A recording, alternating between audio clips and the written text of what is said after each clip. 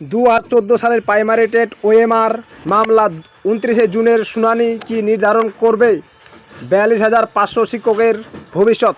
নমস্কার, আজ আমরা আলোচনা করব 2014 সালের প্রাথমিক টেট ওএমআর সংক্রান্ত মামলার সাম্প্রতিক পরিস্থিতি এবং 29 জুনের সম্ভাব্য শুনানি নিয়ে। এই মামলা বহু বছর ধরে পশ্চিমবঙ্গের শিক্ষা মহলে অন্যতম আলোচিত বিষয় হয়ে উঠেছে। প্রাপ্ত তথ্য অনুযায়ী মামলাটি ওএমআর সিট নম্বর প্রকাশ এবং নিয়োগ প্রক্রিয়ার স্বচ্ছতা নিয়ে আদালতে বিচারাধীন রয়েছে। দীর্ঘদিন ধরে চাকরি প্রার্থী এবং কর্মরত শিক্ষকরা আদালতের সিদ্ধান্তের অপেক্ষা রয়েছেন। 29 জুনের সম্ভাব্য শুনানি নিয়ে বিভিন্ন মহলে জল্পনা শুরু হয়েছে। অনেকের মতে এই মামলার ভবিষ্যৎ দিক নির্দেশ সেই দিনের শুনানির উপর নির্ভর করতে পারে। তবে আদালত কী সিদ্ধান্ত নেবে তা আগে থেকে নিশ্চিতভাবে বলা সম্ভব নয়। আইন বিশেষজ্ঞদের মতে একাংশ মনে করছেন, যদি মামলার গুরুত্বপূর্ণ সাংবিধানিক বা বৃহৎ জনস্বার্থের প্রশ্ন ওঠে তাহলে পরবর্তী পর্যায়ে বিষয়টি সুপ্রিম কোর্ট পর্যন্ত পৌঁছতে পারে। তবে সেটি সম্পূর্ণরূপে আদালতের প্রক্রিয়া এবং পক্ষগুলির আইনি পদক্ষেপের উপর নির্ভরশীল। সবচেয়ে বড় প্রশ্ন হলো 42,500 শিক্ষকের প্যানেলের ভবিষ্যৎ কী।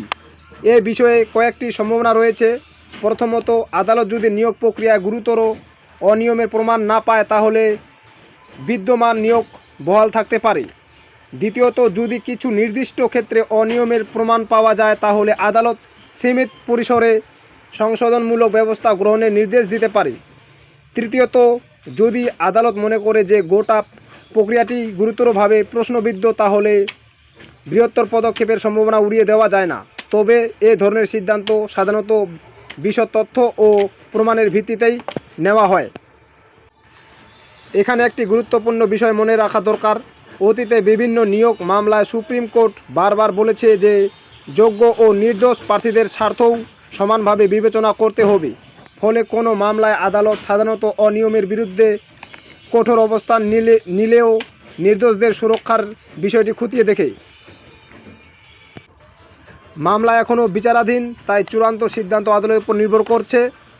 সুপ্রিম কোর্টের একাধিক পর্যবেক্ষণে বলা হয়েছে যে দুর্নীতিগ্রস্ত প্রার্থী ও যোগ্য প্রার্থীদের মধ্যে পার্থক্য করা সম্ভব হলে তা বিবেচনা করা উচিত।